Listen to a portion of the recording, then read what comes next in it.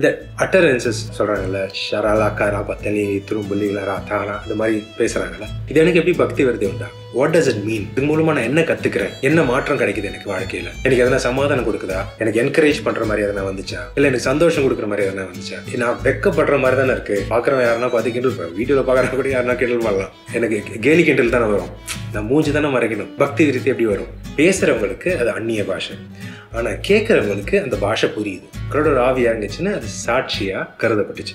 புரியலைன்னா அது பேசுறது பயனில்லை. இதுதான் பவுல் எழுதியிருக்காரு. பவுல் அங்கே எழுதுந்து இன்னைக்கு வரைக்கும் ஒரு குழப்பமாகவே இருக்குது. இதன் மூலமாக டினாமினேஷனாக பிரிஞ்சு இருக்கிறாங்க.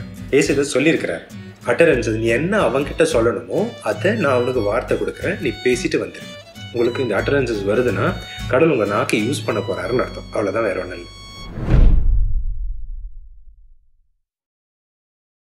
இது டங்ஸ் பேசுதுன்னு இதில் ஒரு நிறைய குழப்பம் போயிட்டுருக்குது. அதை பற்றி எனக்கு தெரிஞ்சதை நான் கொஞ்சம் ஷேர் பண்ண ஆசைப்பட்றேன். Okay, prophecies and utterances. எது ப்ராஃபஸி, எது அட்டரன்சஸ், எதுக்காக இதெல்லாம் வருது?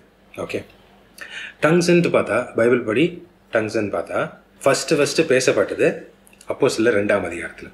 கடவுளோட ஆவி அவங்க மேலே ஊற்றப்பட்டோடனே எல்லாரும் அந்நிய பாஷைகளில் பேசுகிறாங்க. இது ஒரு இடத்துல நடக்குது. இதுக்கு அடுத்து எனக்கு ஞாபகம் இருக்கிறது, கொர்னேலியஸ் வீட்டில் எல்லாருக்கும் ஆவி நிரப்பப்பட்டு அந்நிய பாஷைகளில் பேசுகிறாங்க. பேசுகிறவங்களுக்கு அது அந்நிய பாஷை, ஆனால் கேட்குறவங்களுக்கு அந்த பாஷை புரியுது. ஏன்னா 2 இடத்துலையுமே ரெக்கார்ட் பண்ண இருக்கிறது. இவங்க என்ன சொல்கிறாங்கன்ட்டு சொல்லப்பட்டிருக்கு. இவங்க நம்மளுடைய பாஷையில் கடவுளை ப்ரைஸ் பண்ணுறாங்களே, போற்றி பேசுகிறாங்களே. எப்படி நம்மளுடைய பாஷை உங்களுக்கு எப்படி நம்ம பாஷைலாம் தெரியும்? கடவுளோட ஆவியாக இருந்துச்சுன்னா அது சாட்சியாக கருதப்பட்டுச்சு. இது போக போக பிற்காலத்தில் நிறையா அது கன்ஃபியூஷன் வந்துச்சு. அப்போ தான் பவுல் எழுதுறாரு கொரிந்தியருக்கு. பவுல் அங்கே எழுதுந்து இன்னைக்கு வரைக்கும் ஒரு குழப்பமாகவே இருக்குது. இதன் மூலமாக டினாமினேஷனாக பிரிஞ்சு இருக்கிறாங்க. கரிஸ்மேட்டிக் அண்ட் நான் கரிஸ்மேட்டிக். இந்த கிஃப்ட்ஸு நம்புறவங்க, கிஃப்ட்ஸை நம்பாதவங்க. சீசேஷனிஸ்ட்னு ஒருத்தர் இருக்காங்க. கடவுளோட கிஃப்ட்ஸ் எல்லாம் நின்று போச்சு, அது தேவை முடிஞ்சிச்சு, அதெல்லாம் நின்று போச்சு, இப்போ ப்ரெசன்ட் டேஸில் அதெல்லாம் கிடையாதுன்ட்டு அது நம்புறது ஒரு கூட்டம். அது ஒரு டினாமினேஷனாக போயிடுச்சு. ராஜ்யத்தை பிளந்து தனித்தனியாக கூட்டமாக ஆகிடுறாங்க. எல்லாமே ஒரே இயேசு ஒரே ரத்தத்தால் கழுவப்பட்டதுன்னு நம்புகிறாங்க. ஆனால் இந்த புக்கில் இருக்க டிஃப்ரென்சஸ்னால, அண்டர்ஸ்டாண்டிங்கில் இருக்க டிஃப்ரென்ஸ்னால பிரிஞ்சு ராஜ்யத்தை உடைச்சிட்ருக்குறாங்க. அப்படி தான் இந்த கரண்ட் ஜெனரேஷன் நான் பார்க்குறோம். ஸோ இந்த டங்ஸை பற்றி நான் கொஞ்சம் ஷேர் பண்ண ஆசைப்பட்றேன். அண்ட் ப்ராஃபஸி, இதோருக்கு ரிலேட்டட் தான் ப்ராஃபஸி. இந்த டங்ஸ்ன்னு வரும்போது யாருக்குன்னா புரியணும். பேசுகிறவனுக்கு அது அந்நிய பாஷை, கேட்குறவனுக்கு அது தெரிஞ்ச பாஷை, புரிஞ்ச பாஷை. ஏன்னா அவனுக்கு புரியலைன்னா அது பேசுறது பயனில்லை. இதுதான் பவுல் எழுதியிருக்கார். 1 கொரிந்தியர் 12:14 இது சொல்லப்பட்டிருக்கு. நீங்கள் அதை ரெஃபர் பண்ணிக்கலாம். நான் கோட் பண்ணல, வசனத்தை கோட் பண்ணாமல் பேசுகிறேன். ஓகே, அண்டர்ஸ்டாண்டிங் மட்டும் நான் ஷேர் பண்ணுறேன். ஸோ பேசுகிறவனுக்கு அந்நிய பாஷை, கேட்குறவனுக்கு தெரிஞ்ச பாஷை, அதுதான் ஸ்பீக்கிங் இன் டங்ஸ். இதுதான் பவுல் அங்கே சொல்லியிருக்கிறார். இது ஏஞ்சல் பேசுகிற பாஷை அப்படின்னு சொன்னால் அது லேக் ஆஃப் அண்டர்ஸ்டாண்டிங். சில பேர் அதையும் சொல்கிறாங்க. ஏஞ்சல் பேசுகிற பாஷையில் நம்ம கடவுள்கிட்ட ஜெபம் பண்ணால் பிசாசுக்கு தெரியாது. அவன் ஏஞ்சல் இல்லையா? டெவில் ஃபாலன் ஏஞ்சல் தானே அவன். Lucifer is the fallen angel இல்லை, ஹெட் ஆஃப் ஏஞ்சல்ஸ் இல்லை. அவன் தள்ளப்பட்ட தூதன். ஏஞ்சலோட பாஷை பேசினா அவனுக்கு புரியும். ஸோ ஏஞ்சலோட பாஷை கிடையாது. அது பவுல் ஓவர் எக்ஸாஜரேட் பண்ணி ஒரு விஷயம் சொல்கிறாரு, அதை மாற்றி அண்டர்ஸ்டாண்ட் பண்ணிக்கிறாங்க. ஹைப்பர்போல் மாதிரி சொல்கிறாரு. ஓகே, இந்த அட்டரன்சஸ் இந்த சொல்கிறாங்கல்ல, ஷராலா காரா பத்தனி துரும்புலிங்களா ராத்தானா இந்த மாதிரி பேசுகிறாங்கல்ல, இது எனக்கும் வந்திருக்குது. எனக்கு நிற்காமல் வந்துச்சு. எப்படி நிறுத்துறதுன்னு தெரில. நான் பேப்டிசம் எடுத்தேன். நான் ரட்சிக்கப்பட்டுட்டு ஒரு 3 மாதத்துக்கு அப்புறமா பேப்டிசம் எடுத்தேன், வாட்டர் பேப்டிசம் எடுத்தேன். எனக்கு தெரியாது நான் ரட்சிக்கப்பட்டேன்னு. எனக்கு தெரிஞ்சதே ஒரு 2 மாதத்துக்கு அப்புறம் தான் நான் ரட்சிக்கப்பட்டேன்னு எனக்கு தெரிஞ்சது. எனக்கு சுவிசேஷம் யாரும் சொல்லலை, நான் பைபிள் தான் படித்து தெரிஞ்சுக்கிட்டேன். யோவான் 3ஆம் அதிகாரம் வரும்போது இதுதான் நடந்திருக்குது போல் எனக்கு அப்படின்னு தெரிஞ்சுக்கிட்டேன். அதுக்கப்புறம் கடல் வாய் நடத்தி நான் ஞானஸ்தானம் பற்றி படித்து நான் ஞானஸ்தானம் எடுத்து அடுத்த நாள் அதிகாலையில் எனக்கு வந்துருச்சு, வாயில் வந்துருச்சு, இந்த டங்ஸ் வந்துருச்சு. நான் நம்பிக்கை கிடையாது, எனக்கு தெரியாது, இதெல்லாம் ஒன்றும் தெரியாது. எனக்கு டங்ஸ் வந்துருச்சு. நான் மட்டும் பேச ஆரம்பிச்சிட்டேன். என்னால் நிறுத்தவே முடியல. மாற்று வந்துக்கிட்டே இருக்குது. அட்டரன்ஸ்ன்னு சொல்கிறேன், எனக்கு புரியல. என் கூட யாரும் கிடையாது, நான் தனியாக வீட்டில் இருக்கும்போது. ஓகே, என் பெட்ரூம்லேருந்து நான் ப்ரே பண்ணியிருக்கும்போது வர ஆரம்பிச்சிருச்சு. திடீர்னு வருது. வந்த நான் நிறுத்த முடியல. சரி வந்துட்டே சரி வரும்போது பேச வேண்டியதான். நான் என்ன பண்ணுறது? அது ஐ லேக்ட் அண்டர்ஸ்டாண்டிங். ஸோ நான் மட்டும் பேசினே இருந்தேன். யாருன்னா பார்க்குறாங்கன்னா இந்த பைத்தியக்காரன் நினச்சிப்பாங்கல்ல, நான் தனியாக இருக்கும்போது யார் அது வாயில் வந்துருச்சுன்னா நான் தனியாக போயிடுவேன். எங்கன்னா தனியாக போயிடுவேன். வருதுச்சு அப்படின்னு வாய் சுருக்கிட்டு நான் பேச ஆரம்பிச்சிடுவேன். அதுவே வந்துடும். அதுவாக நிற்கும் போது நிற்கட்டும்னு விட்டுட்டேன். நான் போக போக வளர ஐ காட் பெட்டர் அண்டர்ஸ்டாண்டிங். என்னென்னா, இந்த வாயிலேருந்து வர சிலபிள்ஸு இது ஒருத்தருக்கு புரியறதுக்காக நான் பேசணுன்னா என் டங்கு ஃப்ரீயாக இருக்கணும். பேசிக்கலி இது ஒரு எக்ஸசைஸ் மாதிரி. அதுதான் நான் இந்த எபிசோடில் சொல்ல போகிறேன்.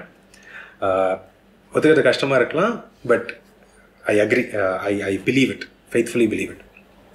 இது எனக்கு நடந்துச்சு. இது எனக்கு ப்ராக்டிஸாக கொடுத்து தீர்க்கதர்சனம் கூட சில நேரத்தில் வந்திருக்கு. நான் வேறு பாஷைன்னு கூட பேசியிருக்கேன். ஒரு தடவை நான் எஸ்பனால் பேசினேன், ஸ்பானிஷ் பேசியிருக்கேன். எனக்கு தெரியாது ஸ்பானிஷ் பேசணும்னு தெரியாது. வீடியோ காலில் நான் ஸ்பானிஷ் பேசுகிறேன். அவங்க சொன்னாங்க நான் ஸ்பானிஷ் பேசினேன், புரியிற மாதிரி பேசினேன், கடல் பற்றி சொல்லியிருக்கேன். ஸோ இது நடந்திருக்குது. எனக்கு தெரியாது. திருப்பி அது வரல. திருப்பி அந்த மாதிரி சிச்சுவேஷன் வரல. ஒரு தடவை நடந்திருக்கு, 2 தடவை நடந்திருக்கு. ஓகே. ஸோ இந்த அட்டரன்ஸ் வந்து எனக்கு என்னுடைய நாக்கை கண்ட்ரோல் பண்ணுறதுக்காக. நம்ம இயேசு மத்தேயு 10 அதிகாரிகள் மத்தியில் உங்களை அரெஸ்ட் பண்ணி கொண்டு போய் நிற்க வச்சா நீ கவலைப்படாத, நீ வாயத்தோற, உன் வாயில் நான் வார்த்தையை போடுறேன், ஆவியானவர் மூலமாக நான் வார்த்தையை போடுறேன், நீ பேசிட்டு வந்துடு. நீ என்ன பேசணுன்ட்டு யோசிக்காத அப்படின்னா நான் பேசாமல் மைண்டை எம்டியாக வச்சுருக்கணும். வாய் மாட்டுன்னு ஏதோ ஒன்று பேசி அவங்களுக்கு என்ன பதில் கொடுக்கணுமோ பதில் கொடுத்துரும். அந்த வாயின் வர வார்த்தைகள் மூலமாக நான் பிழைச்சி வெளியே போயிடுவேன். அந்த அரெஸ்ட் பண்ணப்படாமல், ஜெயிலில் போடப்படாமல், சம்திங் லைக் தட். இதுதான் இயேசு சொல்கிறார். ஓகே. அந்த அட்டரன்சஸ்க்கு வாய் ப்ராக்டிஸ் பண்ணணும், டங்கு ப்ராக்டிஸ் பண்ணணும், அவர் கண்ட்ரோல் எடுக்கிறதுக்காக ப்ராக்டிஸ் பண்ணணும். அதுதான் இந்த அட்டரன்சஸ் வருது. இது பேசுகிறதுனால நான் பக்தி விருத்தி ஆகிறேன்னா இல்லை, எனக்கு எதுவுமே நடந்ததில்லை. பக்தி விருத்தி ஆகிறதுக்கு வாய்ப்பு இல்லை. எனக்கு அண்டர்ஸ்டாண்டிங் வந்தால் தான் எனக்கு பக்தி விருத்தி ஆகுது. யாருக்குமே அண்டர்ஸ்டாண்டிங் வந்தால் தான் you will grow spiritually, grow in the ட்ரூத்னு சொல்லணும். You need truth to grow in truth.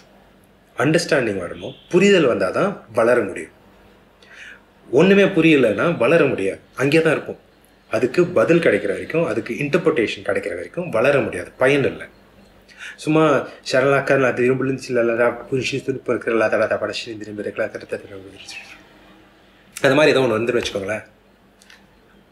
நான் வளர்னேன். ஓகே. அது மாதிரி ஏதோ ஒன்று வருதுன்னு வச்சுக்கோங்க. இது எனக்கு எப்படி பக்தி விருத்தி உண்டாகும்? What does it mean? So இது மூலமாக நான் என்ன கற்றுக்கிறேன்? என்ன மாற்றம் கிடைக்குது எனக்கு வாழ்க்கையில்? எனக்கு எதனா சமாதானம் கொடுக்குதா? எனக்கு என்கரேஜ் பண்ணுற மாதிரி எதனா வந்துச்சா? இல்லை எனக்கு சந்தோஷம் கொடுக்குற மாதிரி எதனா வந்துச்சா? நான் வெக்கப்படுற மாதிரி தானே இருக்குது. இது நான் பேசுகிறேன்னா பார்க்குறவன் யாருன்னா பார்த்து கிண்டல் பண்ண, வீடியோவில் பார்க்குறவங்க கூட யாருன்னா கிண்டல் பண்ணலாம். ஓகே. எனக்கு கேலி கிண்டல் தானே வரும். நான் மூஞ்சி தானே மறைக்கணும். பக்தி விருத்தி எப்படி வரும்? யோசிச்சு பாருங்கள். அதெல்லாம் முட்டாள்தனம். ஒரு 10 பேர் சேர்ந்து பேசினுக்கிறாங்கன்னா கண்டபடி வளர்னா யாருக்குமே பக்தி விருத்தி வராது. It is only chaos and noise. அதுக்கு அர்த்தமுள்ள வார்த்தைகளில் கர்த்தரை பேசுங்க, அர்த்தமுள்ள வார்த்தைகளாக பேசுங்க அப்படின்னு சொல்லிட்டு பவுல் சொல்கிறாரு. அங்கே ஒரு லேக் ஆஃப் அண்டர்ஸ்டாண்டிங் இருந்துச்சு. அது உபதேசம் கூட கிடையாது, மக்கள்கிட்ட சொல்கிறாரு. அவங்களுக்கு என்ன தப்பு பண்ணாங்க அவங்களுக்கு தான் தெரியும். ஸோ அவங்களுக்கு தான் அந்த மெசேஜ் பொருந்தும். அதை எடுத்து வச்சுட்டு நீங்கள் எல்லோரும் டங்ஸில் பேசணும்னு நான் விருப்பப்படுறேன் அப்படின்னு சொன்னார். ஸோ எல்லோரும் டங்ஸ் பேசுவோம், எல்லோரும் வாங்க இந்த ஆராதனையில் ஒரு 1/2 மணி நேரம் எல்லாம் டங்ஸ் பேசுங்க, ஆவியில் நிறைஞ்சு பேசுனா கர்த்தருக்கு மகிமை உண்டாதாக, கர்த்தருடைய நாமம் பரிசுத்தப்படுவதாக, அப்படி தானே பேச முடியும்.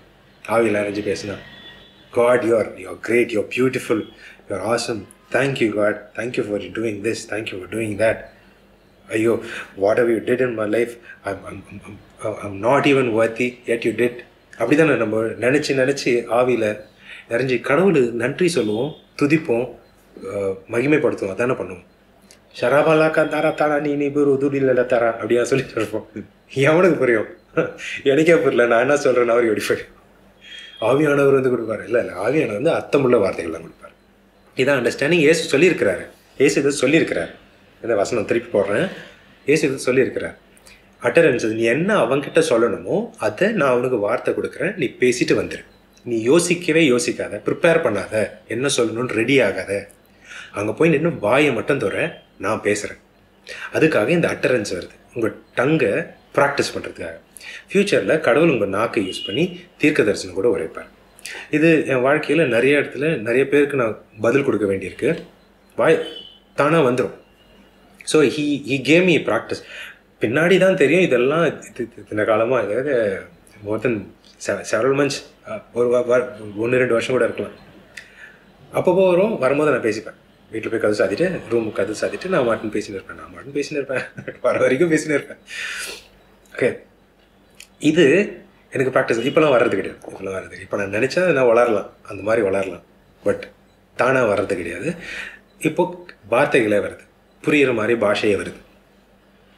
ஸோ அந்த ப்ராக்டிஸ் கடவுளுடைய என்னுடைய நாக்கை கண்ட்ரோல் எடுக்கிறதுக்காக அந்த ப்ராக்டிஸ் கொடுத்தாரு. யார்கிட்ட எதனா பதில் கொடுக்கணும்னா தானாக நாக்கு பேசிடுவாங்க. ஸோ இப்போ நான் யாருக்குன்னா தீர்க்க தரிசனம் உரைக்கணும்னா, தீர்க்கதரிசி யாருன்னா இருந்தீங்கன்னா உங்களுக்கு உங்கள் நாக்கை வச்சு தீர்க்க தரிசனம் அவரே பேசிடுவார். பழைய ஏற்பாட்டில் தீர்க்க தரிசனங்களுக்கு இப்படி தான் நடந்திருக்கும்னு நான் நம்புகிறேன். அந்த மாதிரி ரெக்கார்டு இல்லை, இப்படி தான் நடந்திருக்கும்னு நினைக்கிறேன்.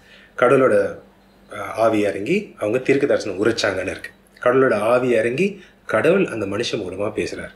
கழுதை மூலமாக கூட பேசுவார். கழுதையோடைய நாக்கை யூஸ் பண்ணி தான் பேச முடியும். ஏன் கழுதை ஒரு மனுஷங்கிட்ட பேசிச்சு, கழுதை நாக்கை யூஸ் பண்ணி தான் பேச முடியும். கழுதையோடைய நாக்கை கண்ட்ரோல் எடுத்து கடவுள் பேசுகிறார். அதுதான் இந்த அட்டரன்சஸ். உங்களுக்கு இந்த அட்டரன்சஸ் வருதுன்னா கடவுள் உங்கள் நாக்கை யூஸ் பண்ண போகிறாருன்னு அர்த்தம். அவ்வளோதான், வேறு ஒன்றும் இல்லை. நீங்கள் தீர்க்க தரிசனம் கொடுக்க போகிறீங்களான்னா இல்லை, அவசியம் கிடையாது. தீர்க்க தரிசனம் கொடுத்தாருன்னு அவசியம் கிடையாது. கடவுள் உங்கள் நாக்கை யூஸ் பண்ணி நீங்கள் என்ன பேசணும்னு அவர் நினைக்கிறாரோ அதை பேச வைப்பார். உங்கள் சிச்சுவேஷன் அன்றாட வாழ்க்கையில் நீங்கள் எதனா ஒரு சிச்சுவேஷனில் மாட்டிட்டீங்க, நீங்கள் யாருக்குன்னா எதனா பதில் கொடுக்கணும், எதனா சொல்லணும். இப்போ நான் இந்த வீடியோலாம் பண்ணுறேன்ல, எனக்கு வீடியோ உட்காரும் போது தான் கடவுள் எனக்கு டாபிக் கொடுப்பார். பைபிள் ஸ்டடிலாம் நான் கொஞ்சம் ப்ரிப்பேர் பண்ணுவேன். இந்த வீடியோலாம் உட்காந்த பிறகு டாபிக் கொடுப்பாரு. என்னென்ன பேசணுன்ட்டு எனக்கு வரும். சில நேரத்தில் வாயே தானாக பேசிடும். சில வார்த்தைகள்லாம் எனக்கு தெரியாது. தமிழில் எனக்கு நிறைய வார்த்தை தெரியாது. தமிழ் எனக்கு அவ்வளோ ஃப்ளூவன்சி கிடையாது. எந்த நேரத்தில் எந்த வார்த்தை நான் சொல்லணும்னு தானாக சில நேரத்தில் வார்த்தை வரும், சென்டென்சஸ் வரும், கோட்ஸ் வரும். ஸோ இந்த மாதிரி உங்கள் வாழ்க்கையில் நீங்கள் எப்போனா கடவுள் நீங்கள் சொல்லணும்னு நினைக்கிறத நீங்கள் சொல்லணும்னா அதுக்காக அந்த அட்டரன்சஸ் ப்ராக்டிஸ், எக்ஸசைஸ். அது ஒரு எக்ஸசைஸ், ஒரு மசில் மெமரி மாதிரி. டக்குன்னு அந்த ரெஸ்பான்ஸ் வர்றது, டக்குன்னு அந்த டங்கை யூஸ் பண்ணுறதுக்காக இந்த அட்டரன்சஸ் உதவி செய்துன்ட்டு நான் நம்புகிறேன். இது பைபிளில் இந்த உபதேசம் இருக்காண்டா இல்லை, கள்ள போதுன்னு சொல்லிக்கலாம். But this is what it is. I strongly believe and I have observed my life, whatever happen in my life. அதை வச்சு நான் சொல்கிறேன். ஓகே, நீங்கள் தீர்க்கதரிசியாக இருக்கணும்னு அவசியம் கிடையாது. பட் இந்த அட்டரன்சஸ் மூலமாக உங்கள் டங்கை தயார்படுத்துகிறாரு. அப்புறம் தயாரான பிறகு அவர் உங்கள் நாக்கை வச்சு பேசுவார். கண்டிப்பாக பேசுவார். என் மூலமாக என் நாக்கை யூஸ் பண்ணி பேசுகிறாரு. எனக்கு தேவையான விஷயங்கள் நான் என்ன சொல்லணும், என்ன கேட்கணுன்னா என் நாக்கை பேச வச்சுருவார். அவர் யாருக்கு நான் சொல்லணுன்னாலும் பேச வைப்பார். அவர் எதனா யாருக்கு நான் சொல்லணுன்னா அது தீர்க்க தரிசனம் ஆகும். ஓகே, ஸோ இதுக்கு கிளாரிட்டி இல்லை, உங்களுக்கு இது என்ன புரியணும் அப்படின்னு வச்சிங்கன்னா நீங்கள் என்னை காண்டாக்ட் பண்ணலாம். இதுக்கு மேலே பெருசாக இதில் சொல்கிறதுக்கு என்கிட்ட எதுவும் கிடையாது. என்கிட்ட என்ன காண்டாக்ட் பண்ணணும்னு நினச்சிங்கன்னா இன்ஸ்டாகிராம் மூலமாக காண்டாக்ட் பண்ணலாம். டிஸ்கிரிப்ஷனில் இன்ஸ்டாகிராம்லேயே டிரெக்ட் லிங்க் இருக்குது. இந்த சீரிஸோட ப்ரீவியஸ் எபிசோட்ஸ் நீங்கள் பார்க்கணும்னு நினச்சிங்கன்னா கீழே இருக்க லிங்க்கில் பாருங்கள். If you want to follow, மேலே இருக்க லிங்க்கில் ஃபாலோ பண்ணலாம். May the Lord God give you more understanding on the utterances and prophecies. In Jesus' name, Amen. See you in the next episode.